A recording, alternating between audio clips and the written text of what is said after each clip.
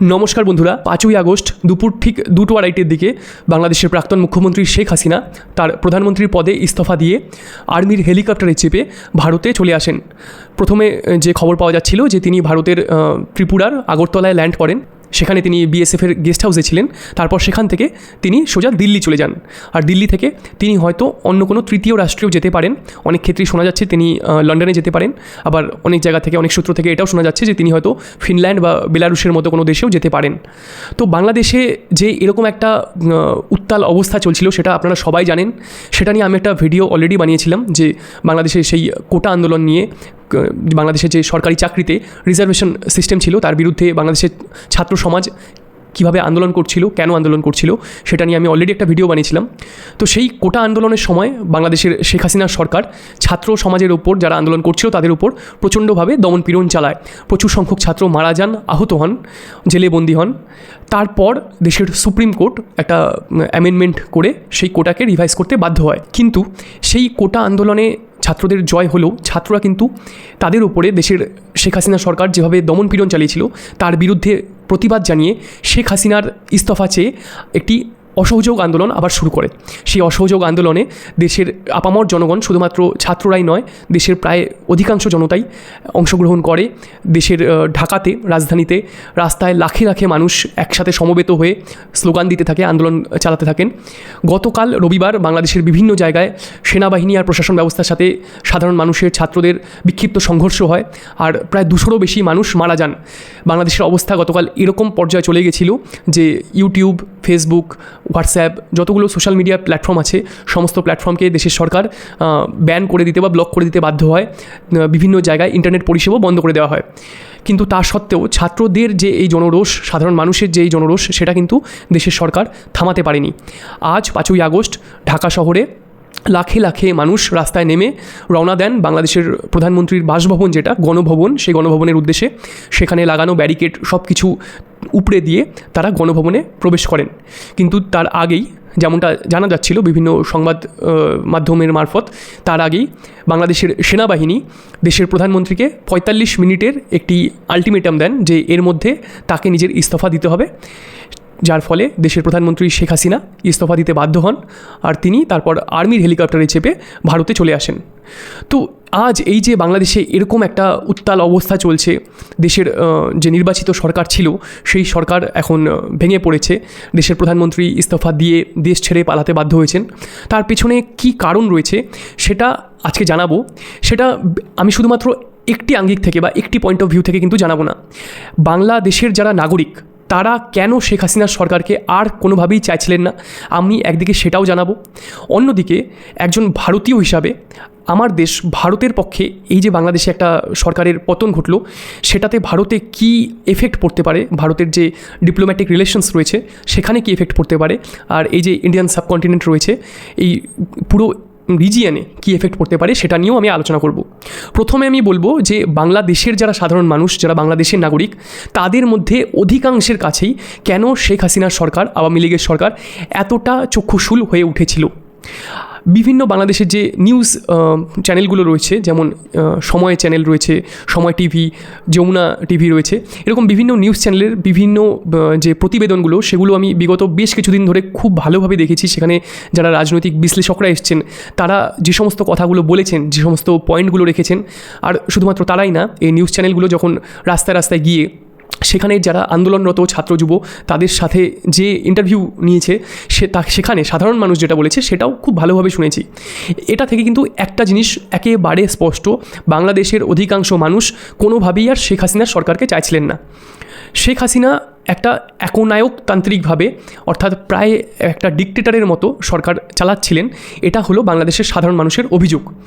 বাংলাদেশে বিগত বেশ একটা লম্বা সময় ধরে শেখ হাসিনার সরকার ছিল। আজ বাংলাদেশের যারা ছাত্র, যারা যুবক যুবতী, তারা জন্মের পর থেকে, ও তাদের মধ্যে অধিকাংশই জন্মের পর থেকে শুধুমাত্র এই আওয়ামী লীগ, এই শেখ হাসিনার সরকারকেই তারা কিন্তু দেখেছে। তাই আজ বাংলাদেশের বিভিন্ন দিকে, যেমন সরকারি চাকরিতে কোটা সিস্টেম হোক, কিংবা কোথাও বেকারত্বের জন্য সাধারণ মানুষের যে দুর্বিষহ হয়ে ওঠা জীবন হোক, বিভিন্ন দিকে কিন্তু তারা তার জন্য দায়ী এই শেখ হাসিনার সরকারকেই বারবার করেছে। শেখ হাসিনার সরকার এই 2024 সালের ফেব্রুয়ারি মাসে আবার নির্বাচনে জিতে ফিরে এসেছিল, কিন্তু সেই নির্বাচনে কিন্তু যারা অপোজিশন পার্টি ছিল, বিরোধী পক্ষ ছিল, তারা কেউ অংশগ্রহণ করেনি, তারা সেই নির্বাচনকে বয়কট করেছিল। তাই সেই নির্বাচনের পর থেকে সাধারণ মানুষের এরকম একটা ধারণা হয়েছিল যে শেখ হাসিনা একটা স্বচ্ছ নির্বাচনের মধ্যে দিয়ে সরকার তৈরি করতে পারেননি। তাই এই সরকারকে ফেলে দেওয়ার জন্য বা এই সরকারের বিরুদ্ধে সাধারণ মানুষের একটা ক্ষোভ কিন্তু বহুদিন ধরেই ছিল। সেই যে চাপা ক্ষোভটা, সেই ক্ষোভটার এতটা বহিঃপ্রকাশ ঘটে, সেই বাঁধটা ভেঙে যায় যখন ছাত্র আন্দোলনের সময় শেখ হাসিনার সরকার পুলিশ প্রশাসনকে দিয়ে ছাত্রদের ওপরে প্রবলভাবে দমনপীড়ন শুরু করে। কারণ ছাত্র যুব সমাজের ওপর তারা যদি কোনো কিছু নিয়ে একটা আন্দোলন করে বা কোনো কিছু নিয়ে নিজেদের ডিমান্ড রাখে, তাহলে তাদের ওপর দেশেরই পুলিশ বাহিনী গুলি চালিয়ে দেবে, আর সেই গুলিতে অসংখ্য ছাত্র প্রাণ হারাবে, আহত হয়ে যাবে। এটা কোনো দেশের জন্যই এটা কাম্য না, কোনো জায়গার জন্য এটা কাম্য না। তাই ছাত্র যুব সমাজের ওপর শেখ হাসিনা সরকার যেভাবে দমনপীড়ন চালিয়েছিল, তার বিরুদ্ধে দেশের আপামর জনগণ, যারা ছাত্র যুবক নন, যারা সাধারণ মানুষ, যারা চাকুরিজীবী, যারা ব্যবসায়ী, যারা টিচার, মিউজিশিয়ান, কলাকুশলী, তারা সবাই কিন্তু একযোগে এই ছাত্র আন্দোলনকে সমর্থন করেছিল। আর সবাই মিলে এক সুরে একটাই কথা বলছিল যে এই স্বৈরাচারী সরকারকে উপড়ে ফেলতে হবে। এটা কিন্তু সম্পূর্ণ বাংলাদেশের যারা নাগরিক তাদের ভিউ পয়েন্ট। তারা এই সরকারকে একটা স্বৈরাচারী সরকার বলে আখ্যান করে এই সরকারকে উপড়ে ফেলতে চেয়েছিল, আর সেটাতে তারা সম্পূর্ণভাবে সক্ষম হয়েছে। শুধুমাত্র যে শেখ হাসিনা কীভাবে সরকার চালাচ্ছিল সেটাতেই যে মানুষ ক্ষুব্ধ ছিল তাই নয়। বিভিন্ন আমি যেই পয়েন্টগুলো বলবো সেই পয়েন্টগুলো অনেকের ঠিক মনে হতে পারে, অনেকের ভুলও মনে হতে পারে। কারণ যারা বাংলাদেশের থেকে এই ভিডিওটা দেখবেন তাদের হয়তো অনেক কিছু মনে হতে পারে আমি ঠিক বলছি, অনেক কিছু মনে হতে পারে আমি ভুল বলছি। তো বাংলাদেশের বিভিন্ন যে রাজনৈতিক বিশ্লেষকরা বারবার বিভিন্ন নিউজ চ্যানেলে এসছেন, আর তারা যে প্রতিবেদনগুলো দিয়েছেন, তারা যে কথাগুলো বলেছেন, সেখান থেকে একটা জিনিস ফিল হয়েছে। সেটা হলো যে দেশের সাধারণ মানুষের কাছে, অধিকাংশ মানুষের কাছে শেখ হাসিনার যে সরকার ছিল সেটা একটা ভারত ঘেঁষা সরকার হিসাবে তারা কিন্তু এই সরকারকে মনে করত। তারা মনে করত যে বাংলাদেশের যে অভ্যন্তরীণ সিদ্ধান্তগুলো রয়েছে যেগুলো কিনা শুধুমাত্র বাংলাদেশের মানুষদেরই নেওয়া উচিত, সেখানে শেখ হাসিনার সরকার বিভিন্নভাবে ভারতের দ্বারা প্রভাবিত হয়ে এমন কিছু সিদ্ধান্ত নিচ্ছে যেগুলো বাংলাদেশের যে সাধারণ মানুষ তাদের পক্ষে না।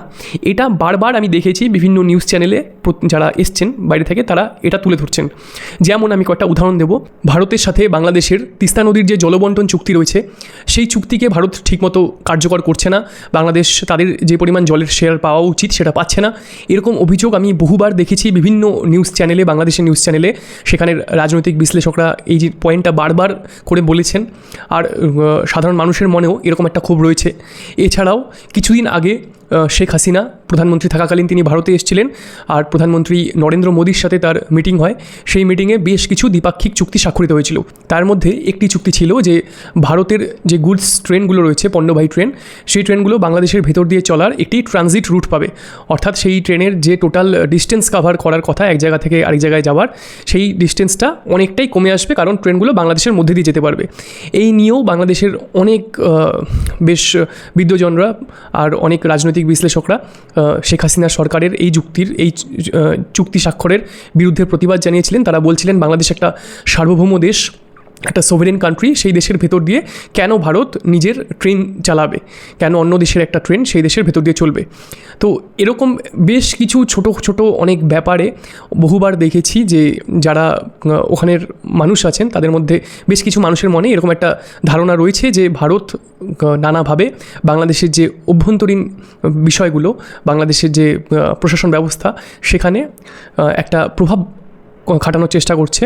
বাংলাদেশের বৈদেশিক নীতিতেও ভারতে নাকি প্রভাব খাটানোর চেষ্টা করছে, যেই কারণগুলোতেই এই যে এই জনতার মধ্যে অধিকাংশের মনেই এই শেখ হাসিনা সরকারের প্রতি একটা ক্ষোভ বহুদিন ধরেই ছিল। সেই চাপা ক্ষোভটাই এই প্রবল ছাত্র বিক্ষোভের সময় একদম বাইরে বেরিয়ে চলে আসে। তবে আজ যে ঢাকাতে বঙ্গবন্ধু শেখ মুজিবুর রহমানের মূর্তিতে চড়ে বেশ কিছু আন্দোলনকারী সেই মূর্তি ভাঙার চেষ্টা করেছে, অনেক জায়গায় মূর্তি ভেঙেও ফেলা হয়েছে। আর বাংলাদেশের মুক্তিযুদ্ধের সময়ের বেশ কিছু যে স্মারকের মিউজিয়ামগুলো ছিল সেই মিউজিয়ামে আগুন ধরিয়ে দেওয়া হয়েছে। এই যে কাজগুলো, এগুলো কতটা যুক্তিযুক্ত এটা বাংলাদেশের মানুষেরই বিচার করার কথা, কারণ অন্য একটা দেশের মানুষের অভ্যন্তরীণ ব্যাপার নিয়ে অন্য কোনো দেশ সেখানে আলোচনা করতে পারে না। কিন্তু এই যে বিষয়গুলো, যে দেশের যেটা ইতিহাস, সেই ইতিহাসকে যদি মুছে ফেলার চেষ্টা করা হয়, সেটা দেশের পক্ষে ভালো না খারাপ, ঠিক না ভুল, সেটা দেশের মানুষের নিজেরই বিচার করা উচিত। এতক্ষণ আমি যেটা বললাম সেটা পুরোপুরি বাংলাদেশের যে পয়েন্ট অফ ভিউ, যেটা কিনা বাংলাদেশের অধিকাংশ মানুষ শেখ হাসিনার সরকারের প্রতি যে ধারণাটা পোষণ করত, সেটা আমি বললাম। এবার আমি ভারতের, আমার দেশের আঙ্গিক থেকে বলবো যে এই যে শেখ হাসিনা প্রধানমন্ত্রী পদে ইস্তফা দিয়ে দেশ ছেড়ে পালিয়ে এলেন, তার কি এফেক্ট পড়বে। এটা অনস্বীকার্য যে ভারতের সাথে শেখ হাসিনার সম্পর্ক ভীষণ ভালো ছিল।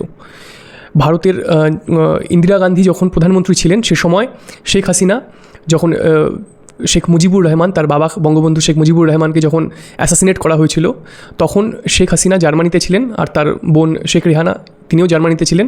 তো তারা ভারতে সে সময় শরণ আশ্রয় চেয়েছিলেন। সে সময় ইন্দিরা গান্ধী তৎকালীন প্রধানমন্ত্রী, তিনি তাকে আশ্রয় দিয়েছিলেন। তিনি প্রায় 6 বছর সে সময় ভারতে ছিলেন। এছাড়াও তারপর বহুবার তিনি ভারতে এসেছেন। আর ভারতের সাথে, এটা সর্বজন বিদিত যে ভারতের সাথে শেখ হাসিনার যে সম্পর্ক ভারত সরকারের সাথে, সেটা খুবই ভালো ছিল। আর যে কারণে বিভিন্ন সময় তাকে কিন্তু নিজের দেশেও অনেক মানুষের কটাক্ষ সহ্য করতে হয়েছে। তো যেহেতু ভারতের সাথে শেখ হাসিনার সম্পর্ক খুবই ভালো ছিল, তাই এই কথাটা স্বীকার করতেই হবে যে তার সরকার এভাবে পড়ে যাওয়া আর তার প্রধানমন্ত্রী পদে ইস্তফা দিয়ে এরকম নিজের দেশ ছেড়ে পালিয়ে বেরিয়ে যাওয়া, এটা কিন্তু ভারতের যে ডিপ্লোম্যাটিক যে রিলেশন, সেখানে কিন্তু খুব একটা ভালো এর এফেক্ট পড়বে না। কারণ ভারতের যে আজ ইন্ডিয়ান সাবকন্টিনেন্টে যে নেবারহুডে ভারত আজ অবস্থান করছে, সেখানে ভারতের পশ্চিমে পাকিস্তান, যার সাথে ভারতের সম্পর্ক কোনো দিনই ভালো ছিল না, আজও ভালো নেই। পাকিস্তান থেকে টেরোরিস্টরা প্রায়ই জম্মু কাশ্মীরে ঢুকে আসছে, এখনও হামলা চালাচ্ছে।